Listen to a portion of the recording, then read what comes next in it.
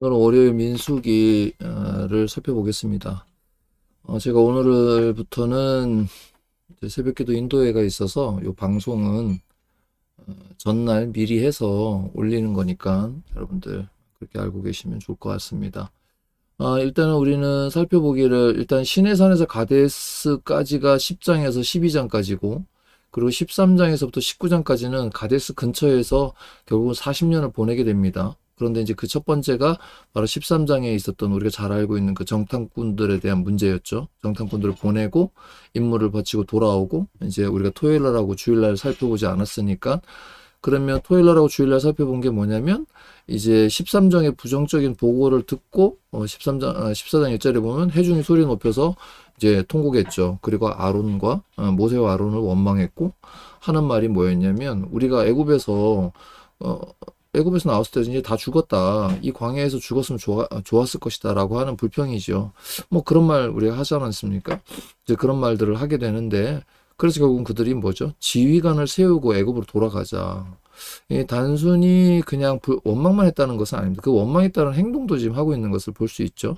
그러나 여호수아와 갈렙 이 둘은 정탐한 땅이 심히 아름다운 땅이다. 여호와께서 우리를 기뻐하시면 우리를 그 땅으로 인도하여 들이시고 그 땅을 우리에게 주실 것이다 라고 했지만 9절에 다만 여호와를 거역하지 말자 이렇게 하니까 백성들이 돌로 치루했습니다. 그럴 때 영광의 하나님이 회막에서 내려오게 되는 것이죠. 그리고 주일날 말씀이 이제 하나님께서 그렇게 내려오셔서 이제 모세에게 말합니다. 모세에게 잠시만요. 모세에게 말하죠. 이 백성이 어느 때까지 나를 멸시하겠느냐? 이적을 내가 보여주지 않았느냐? 뿐만 아니라 전염병들로 그들을, 그러니까 이방인들이겠죠. 그들을 쳐서 멸하고 크고 강한 나라를 이루게 할 것이다. 이렇게 말씀했죠. 이제 이렇게 얘기하니까 모세가 이제 이 말을 듣고 이제 기도하는 장면이 13절부터 나옵니다. 하나님 당신의 이름은 높지 않습니까? 이제 그런데 이제 당신의 권능으로 백성들을 데리고 왔는데 이 백성을 하나님께서 다 진멸하시면 이방인들이 이거를 들으면 하나님 어떡하겠습니까? 뭐 이런 얘기죠. 자, 그렇게 하니까 17절부터 19절까지 결국은 백성의 죄를 용서해 달라.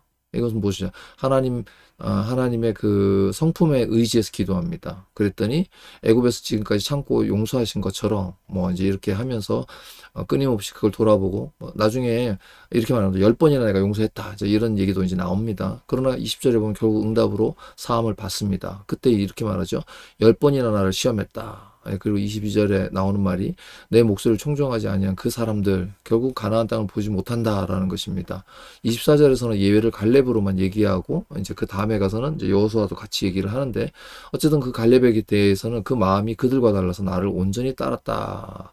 그리고 더 축복도 하죠. 약속으로서 그의 자손이 그 땅을 차지하겠다. 이렇게 표현을 합니다. 이게 이제 사사기에 보면 그 전투하는 장면이 나오고 1장, 2장에 나오는데요. 그래서 그 갈렙의 자손들이 결국 차서하는 것을 알 수 있습니다. 어쨌든 그러면서 이제 오늘 살펴볼 말씀이 26절부터 이 긴장입니다. 내용이 길어서 이걸 다 새벽에 하기는 어렵지만, 자, 일단은 빠르게 살펴봤으니까, 그러면 이제 2절에 했던 말이 뭐였죠? 이 광야에서 죽었으면 하니까 그 말대로 해주겠다. 그리고 나서 3절에 우리 처자들이 사로잡힐 것이다 라고 이제 백성들이 얘기하는데, 아니야. 그 처자들은 내가 어떻게 할 거야. 그러니까 처자할 때 처는 아니죠. 처자가 사로잡힌다고 할 때 자녀만을 얘기하는 거죠. 20세 미만이니까. 자, 그러고 나서 이제 40일을 염탐한 연수로 계산해서 40년을 광야 생활을 할 것이다 라고 말하고 30절에 그 예외가 갈렙과 여호수아만 제외하겠다 이렇게 얘기되죠. 21절에 보면 너희가 사로잡히겠다고 말했던 너희의 유아들을 그래서 우리 처자가 사로잡히겠다라고 했는데 하나님께서는 유아들을 그러니까 부인들도 뭐 어른들은 결국은 다 지금 하나님 앞에 불평했습니다. 그럼 유아들도 그런데 여기 보시면 33절에 보면 너희 자녀들은 너희 반역한 죄를 지고 그러니까 그 진 상태로 방황하게 되는 것입니다. 요거 조금 해석하기가 좀 어렵습니다. 그들이 진 죄는 뭘까요? 그러면 이들은 어쨌든 가나안 땅에 들어가야 될 사람들이잖아요. 자, 이 큐티를 쓰신 분은 이제 요거를 이제 어떻게 했냐면 요렇게 되겠습니다. 성장한 자녀들이 부모의 뒤를 이어 언약 백성이 될 수 있습니다. 이 짧은 문장인데 신학적인 함의가 너무 많아서 다 이해하기 어려우실 것입니다. 자, 백성을 다 진멸하면 하나님의 약속이 성취가 되지 않겠죠. 창세기부터 시작했던 아브라함에게 주셨던 어쨌든 그러려면 결국은 누군가 대를 이어야 되죠. 그럼 부모 세대는 끝나지만 그 자녀 세대가 가겠죠. 그럼 자녀 세대하고 연결되는 것은 여호수아하고 갈렙밖에 없습니다. 그럼 이 상태는 어떻게 될까요? 여러분 이건 이제 구원의 문제로 이끌어 주시면 안 되고요. 물론 이게 이스라엘 백성에 대한 문제니까 우리 성경 안에서 그 말씀을 보는 게 중요하죠. 자 그러면 결국 부모들은 실패를 했습니다만은 그 부모들의 죄를 어떻게 해요? 지고 있는 상태가 자녀들에게 있습니다. 그럼 자녀들은 결국 그 상태를 통해서 하나님의 무엇을 볼 수 있을까요? 언약을 볼 수가 있는 거죠. 그 언약이 약속이 중요한 겁니다. 예를 들어서 부모가 자녀에게 내가 언제쯤 돌아올 테니까 집 정리 잘하고 있어라라고 하면 그 약속을 믿는 자녀들은 그 약속이 그들을 어떻게 해요? 그 없는 동안에 통제한다? 통제한다 그러면 좀 이상하고 그 상태를 만들어 줍니다. 그렇죠? 뭔 일을 하더라도 아니야 부모님 오실 거야 준비해야 돼라고 하는 거죠.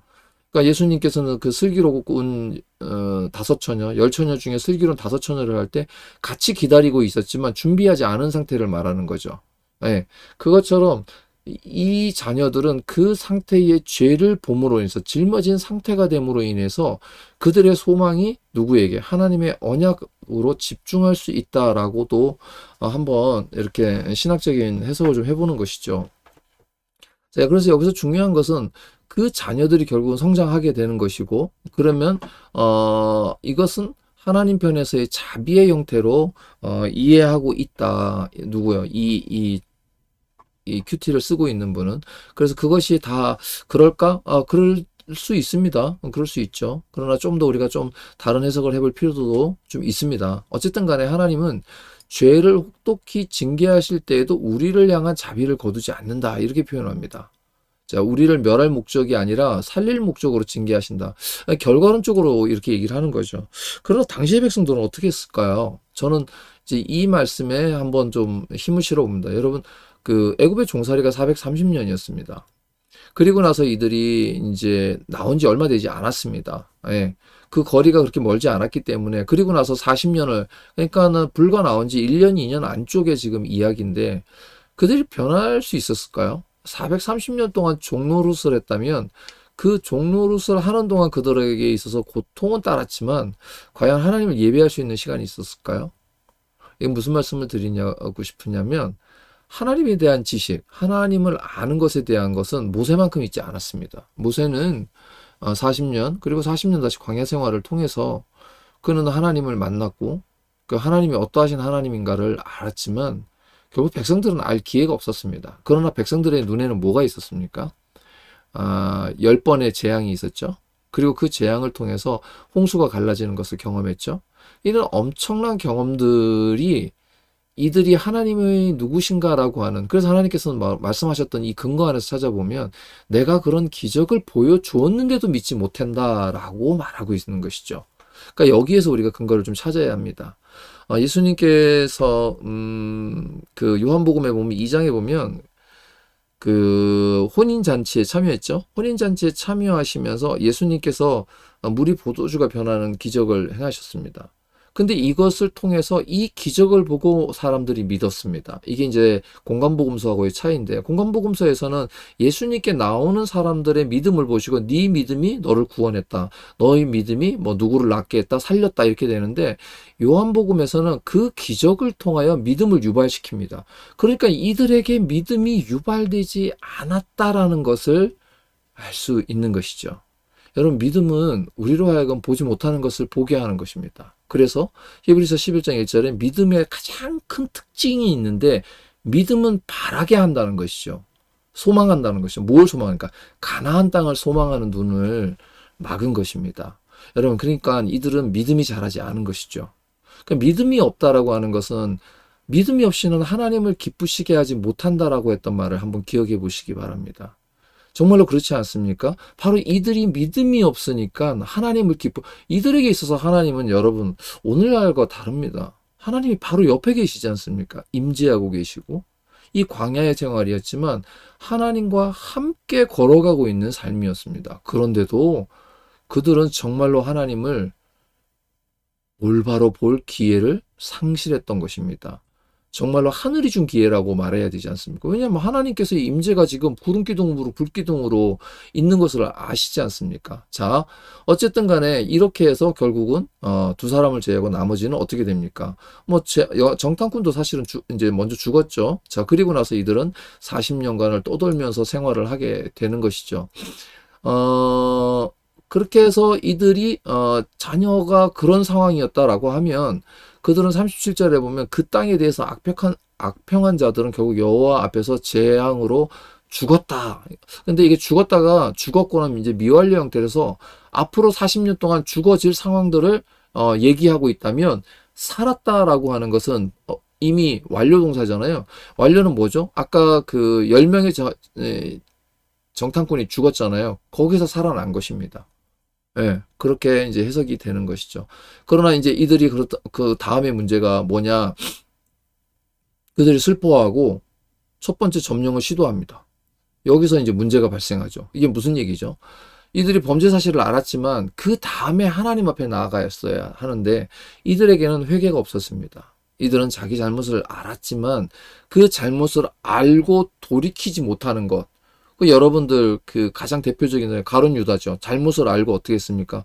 자기가 예수님을 팔았던 은 30을 다시 어떻게 해요? 돌려주고 자기는 잘못한 것을 돌아봤지만 그것은 그냥 자기 잘못을 돌아본 것이지 주님께로 향하는 것은 아니었다는 것입니다. 그러니까 41절에 모세가 이르되 너희가 어찌하여 이제 여호와의 명령을 범하느냐?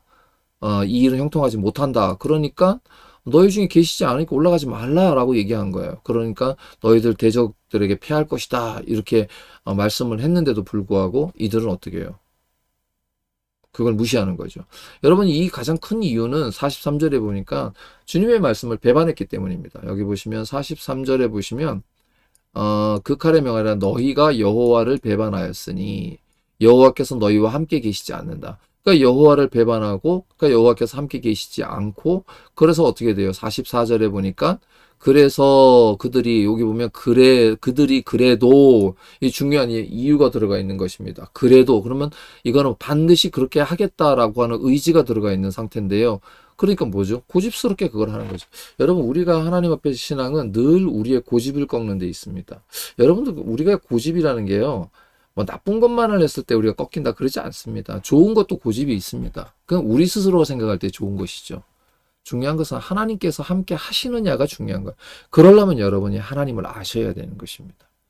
그래서 하나님을 모르는 백성들, 그러니까 이 모른다는 것은 결국 믿음과도 연결되고 암과도 연결됩니다. 요한복음에서는 알미라는 것은 빛이 오는 존재, 빛이 깨닫게 하는 존재, 그 깨닫는 존재가 바로 하나님의 생명을 받는 존재. 그래서 믿음으로 연결이 되는 것이죠. 어떻게 해요?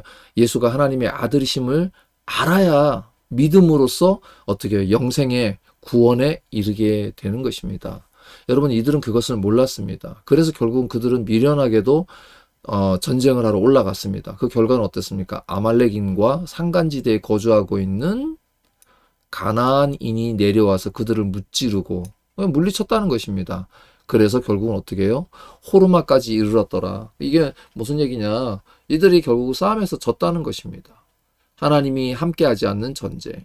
하나님의 임재는 없었습니다. 여기 보시면 이렇게 돼 있죠. 여호와의 언약궤와 모세는 진영을 떠나지 아니하였다. 이들이 무기가 있습니까? 뭐가 있습니까? 도대체 뭘로 올라가서 싸운 것입니까? 그게 무대포로 가는 거죠. 무대포로. 이들에게 있어서의 믿음은 이렇게 그래서 우리가 이 말씀을 고민하면 여러분들 그럴 수 있습니다. 여러분들이 저는 이제 이 부분에 대해서 우리는 그냥 너무 쉽게 하나님을 무시했다 이렇게 하는데 자그마치 430년 동안 종되었던 그들이 그 놀라운 기적을 체험했지만 그 기적 속에 이면에 계시는 하나님의 손길을 그런데 그 이면에 계시는 하나님이 자신들의 삶 속에 그 성막이죠. 성막에 불기둥으로 구름기둥으로 와 있음에도 불구하고 그들의 눈은 끊임없이 애굽을 바라보는 것이죠. 마치 아이들이 부모의 손에 이끌려가지만 그 눈이 어디에 고정되어 있습니까? 내가 갖고 싶어하는 장난감에 고정되어서 움직이지 않는 것처럼 부모를 봐야죠. 그 물건을 사주는 것은 부모잖아요. 우리는 때를 쓰는 거예요. 그러니까 이걸 때로서 해결하려고 하는 것은 잘못된 신앙이 되는 것입니다. 여전히 우리 그럴 때 있습니다. 그래서 기도하시는 여러분들이 일종의 때를 써서 성경에 그런 표현들이 좀 있으니까 울고 매달리고 하니까 그럼 하나님께서 들어주신다라고 하는 표현들이 있으니까 그런 초보적인 믿음에서는 좀 벗어나야 합니다. 여러분들 하나님이 어떠하신 분인가 따라서 오늘 우리는 그 하나님을 통하여 이 신약의 시대에 예수께서 오셨던 그 놀라운 하나님의 아들이심을 믿는 것, 이것은 복음서에 나타나 있는 얘기고요. 그 복음서에 나타나 있는 그 말씀에 대한 온전한 믿음이 바로 서지 않으면 여전히 우리는 기도는 마치 예전에 우리 어머님들이 정한수를 떠놓고 손으로 빌어서 무엇인가를 얻어내려고 하는 그런 일종의 공양 같은 기도에서 벗어나지 않습니다. 하나님이 뜻대로 행하신다. 오늘 하루를 살아낸다. 라고 하는 것은요. 이들이 가장 쉽게 할 수 있었던 것, 원망. 이들의 원망. 이들이 원망. 그쵸? 계속해서 원망. 이들이 할 수 있는 행동, 잘못된 판단에 따른 행동. 그 행동의 근거가, 그런데 여러분, 모세는 어떻게 했습니까? 모세의 근거는 하나님의 근거를 가지고 기도했지 않습니까? 이게 필요하다는 것이죠. 그래서 이 말씀이 오늘 하루도 저와 여러분의 삶을 지탱하는 하나님의 말씀이 되기를 소망합니다.